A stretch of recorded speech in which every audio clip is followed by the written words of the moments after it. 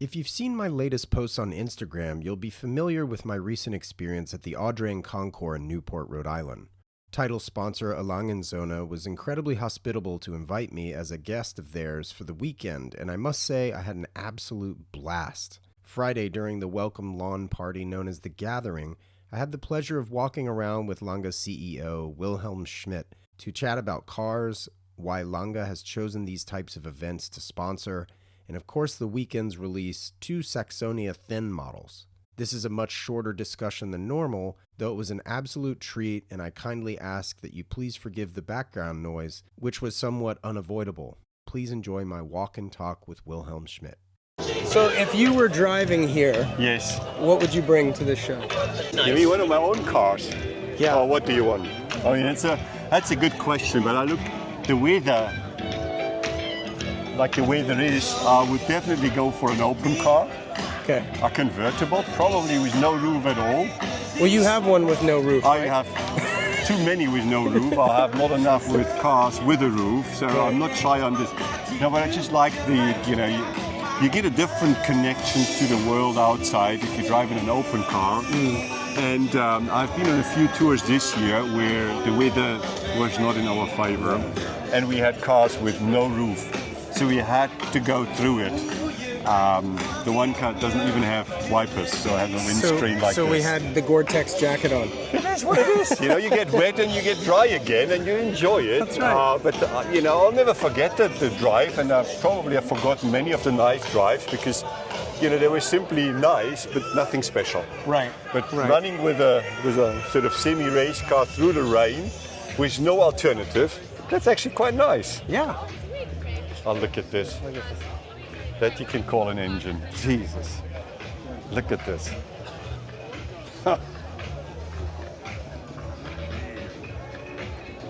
Yeah.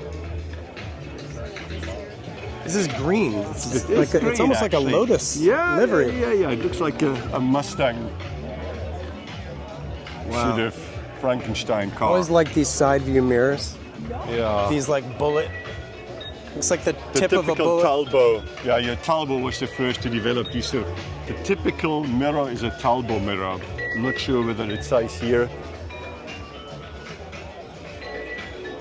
Usually, that's where it originates from. Right. Wilhelm, tell me, what does this event mean to Lange? It's not. It doesn't only go for this event. Actually, it goes for the whole level of activation that we do around the world with these concours of elegance. Sure. If we look at Lange und Söhne, you talk about craftsmanship, you talk about design, you talk about our heritage. That's the 3 pillars on which the brand rests. Now, if you look into most of the vintage cars, they're usually, if they make it to these shows, they're usually a result of proper craftsmen, not Sure. only when they were born, but also, to keep them up and running, to restore them, to maintain them. You can't just take some guy from around the corner to do it. You need proper craftsmen. Right. They usually have a design which even today we look at and say, wow. I mean, how is that? Some of these cars are 100 years old. Sure. You look at them and they're still appealing, talking about, timeless design, sure. not following a fashion, creating something which, will stand the odds of time. And then heritage, all of these, they come with a great story. So to find a platform that you can bring your customers, where you can share with the world outside the watch world, how close the relationship is between mechanical art on wheels and mechanical arts on the wrist. Right. I think these are perfect platforms. That's why we support them, and that's why we have these events around the world, because we share something, a set of values, which is good for our clients, but it's also good for clients or prospects that want to get to know us. Sure. You guys do 3 or 4 of the, with Tergensee, right? I guess would that be considered the Yeah, fourth? but that's more a local event, I would Okay. say. So the big things are really, the Villa d'Este, Hampton Court, Yes. and Audrain, obviously. So that's So the 3 big ones. So with the kind of similarities Yes. of the cars and watches that you speak of, you know, Yes. the artisanship and stuff like that. Where do you see the differences in the events, other than geography, clearly? That's an interesting question. You know, I think some of these events are international and over and above a social event. I would say Villa d'Este occupies that place in the hierarchy by miles. You know, Right. That's a very social event. Oh, yeah. Yes, it's about cars since 1929, but it's also about La Dolce Vita, the Villa d'Este, the Lago di Como. You know, not from me, but one said. Riva boats and- Absolutely. One said nobody knows how Paradise looks like, but probably a little bit like Villa Like that, d'Este and yeah. the Lago di Como. Yeah. Where Hampton Court is a very inclusive event. You know, they on purpose make the cards, the tickets for Sunday, you know, as low as possible to attract a lot of people. They invite the clubs. So there's a lot of community live at the event. They still have that Friday, which is for owners only. So I think they balance nicely the two things. And then you have Audrain, and what I like the most here is they really want to activate the society. It's about not Audrain, it's about Newport, Rhode Island. It's about getting all the people in here. And so that's the three different characters. I would say Hampton Court and Concours d'Eleganza are a lot more international. This is again very American. Yeah. That's why we're here. Sure. Oh, that's great. I'm in an interview, but So, another thing that's common is usually a launch Yes. of some kind. no, actually, it's a very recent thing. Is it? Yeah, because again, to utilize a platform properly, to give more than just money, you need to create something which will attract the watch world, you know, to this car world, and the car world into the watch world. And what is better than to, you know, do in one weekend, Yeah. enjoying this, but at the same time, you know, launching 2 new watches in this case. Yeah, no, exactly. How are we feeling about this launch, and why? Is there a particular reason why this watch is launching now? No, there's a, you know, we have a strategy that goes wider than just one event. Ideally, in a year, we want to give answers to the different questions of the different segments within the market. You know, we launched a very, very complex watch with the minute repeater perpetual in Watches and Wonders. We're at Watches and Wonders. Then we had the Zeitwerk date. Then, you know, we had the 1815 tourbillon with the beautiful black enamel dial, and the Richard Lange jumping second with a.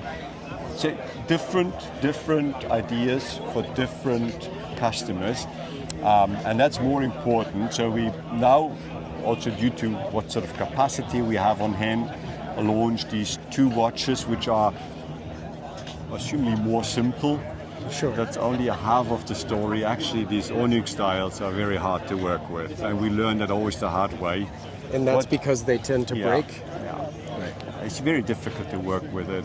Very few suppliers, very few craftsmen, because polishing that and you know, it's like very thin and very tough, which means and it's gone. So we spoke a little bit earlier about enamel dials and how Yes. that's sort of filled to the Yes, edges of yes, the indices. Yes. My education will come later Yeah. with these new watches. Are those indices applied? I haven't seen it up close yet. They are applied. They are applied, You can't, okay. but that's exactly the moment you drill a hole in it, which Oh, you have to do. it's a I mean, gamble. it's Right. glass basically, and it's so thin. Yep. So you know, the slightest imperfection, the lightest friction within the dial, and you touch it, and unfortunately, you know, you start from scratch. And Yeah. a watch without a dial is not a watch. So even it's only a 2-hand watch, quite complicated to work with it. I think it would be funny if, you know, at a 40 millimeter, if you go through with the hole Yeah. and it cracks, could you use it for a 36 millimeter? No. It's already cracked all the way Yeah, it's usually they don't Down crack on the other as side of that little hill. yeah. Okay. They usually don't crack in the way you want them to crack. They Oh, sure, usually they'll go right down the middle? Exactly. Okay, And then yeah. it's just rubbish, huh? I mean, Yeah. it just Right. And they are, it's you know, it's a natural material, so it's quite expensive. Oh, yeah. And there are very few companies around the world that actually can work with it. Mm-hmm. Now it's as I said, whatever looks simple and fine watchmaking usually isn't. Well, I think it's similar to architecture in this way. Oh, yeah, is yeah, when yeah. you do something super minimal, it's always harder because you notice the mistakes. It's and proportions. Watches are all about proportions, and even 40 millimeter sounds a lot compared to the 37 or 38 millimeter we did in the past. And I think we had that discussion before. Whoever think it's a watch for him or her, put it around your wrist. There's only one natural habitat of a wristwatch, which is your wrist, and that's where it needs to work on. Never buy a watch unseen. Oh, 100%. Because you may pay a price for it. It may look good in Sure. the digital world, but then you see it on your wrist and you just come to realize, not me. And then you have an expensive watch that you don't like, which I think that's the worst investment you can do. We're both chronograph fans. Yes, for sure. What's your most worn watch, however? Would you say this year specifically? I would say this year I had two chronographs. This one I was wearing quite a lot. Sure. And the Odysseus chronograph, the prototype, lovely. because we still want to see, test it and so on and so forth. So Right. I like the watch, I have to say. It's a great watch for me. So that's the two. But if I had to, I answered that question many times before, if I had to boil down the whole collection to Right. just one watch, it would be the Datograph up and down. Oh, I see. Platinum black dial, that's for me to watch. Yeah. What seems to be jumping out at you car-wise on this lawn right now? Has anything caught your eye? Yeah, I love the Cobra. I'm a sucker for the AC cars. Sure. And I think the brutal force of these cars is just something to admire. That would be the take-home? I guess so. You'd take that one home? I think that I would take home.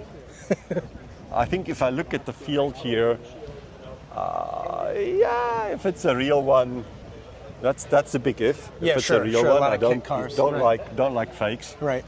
If it's a real car, that's probably a thing I would like. It would fit into my typical, we all have our, and for me it's small cars with a bit of power. Are you interested in modern stuff? Not at all. What do you drive most days to work? As long as there's no salt on the road, I use Sure. one of my vintage cars, depending on the weather. It's a closed car if it's raining, and it's an open car when the weather allows for. And in winter, I have a BMW. The typical tour, the station wagon. A newer one? Yeah. It's about 3 years old. I think it needs to be replaced this year. Okay. Yeah. So it's my company car. Have you seen the latest M5 wagon? Not in the flesh, actually. Okay. Not in the flesh. But that is more appealing to me. If you ask me, that's probably a Mark I Ford GT40. The ones they had to do to get the homologation for the race cars. Right. Or I don't know any of these modern supercars. This anytime. Yeah. Well, With no question. I mean, the wheels alone are just stunning. Yeah. True. I love all the see-through bits, with the Yeah. headlights and then obviously just in the front bumper. So purpose-built. The little cutout in the driver's window. Purpose-built. Yeah. Of course. I guess it's was it Lexan or You need a bit of air in there. Trust me, they're Sure. getting incredibly hot. And creature comfort wasn't a top hierarchy when they just wanted to be fast. That's it. Look at that badge, how the letters are spread out. Yeah. No, I mean this. That's very appealing. This. Yeah. It's, How often do you see two of them? yeah, it's back to back. That's crazy. Oh, and it just keeps on going. Yeah. Let's have a look, huh? Wow. And look at this. Isn't that? I don't think the weather can get any better. No, frankly. no. If it's getting warmer, it's actually getting too hot. Yeah. This is just perfect. It's interesting. You recognize that even it's a American car. They're all Oh, right-hand drive right-hand drive. from Le Mans. Racing cars, yeah. Yeah. Racing cars at the time. Both of them actually. Look, this as well. Where this is a lefty. Right. What colors are you most attracted to in automobiles? Are you like a blue guy, a silver guy? What? I think some cars work on some colors or colors on cars and some don't. So for me it's always, does it work? Is it nice? You have, of course, your Porsche is the I have a slate grey and an ivory white. Oh, beautiful. Yeah. So both, and that's the color they came with. So it's not like I put these colors on, that's Sure. how they left the factory. I think we spoke before about how the slate gray couldn't be more Lange. I think it's, and again, I believe maybe not the Porsches to the same extent, but my other cars are very much Lange und Söhne because it's cars that you wouldn't know if you're not into it. Right. You don't know what an ACA's Bristol is if you're not into cars. Right. Or a Fraser Nash Miller Melia. If you're not into cars, you have no idea what that is. If you're in cars, hey, they're quite special. Yeah. So that's, and I would say that's the typical thing which attracts me. I like the oddballs. Like our brand name Lange und Söhne is not known to everybody. Right. But if you're into watches, You know it. I think you're not into watches if you don't know watches. Amen. Yeah. I think that's a great place to stop. Wonderful. Thank you. Thank you so much for your You time. enjoy it? Really appreciate it.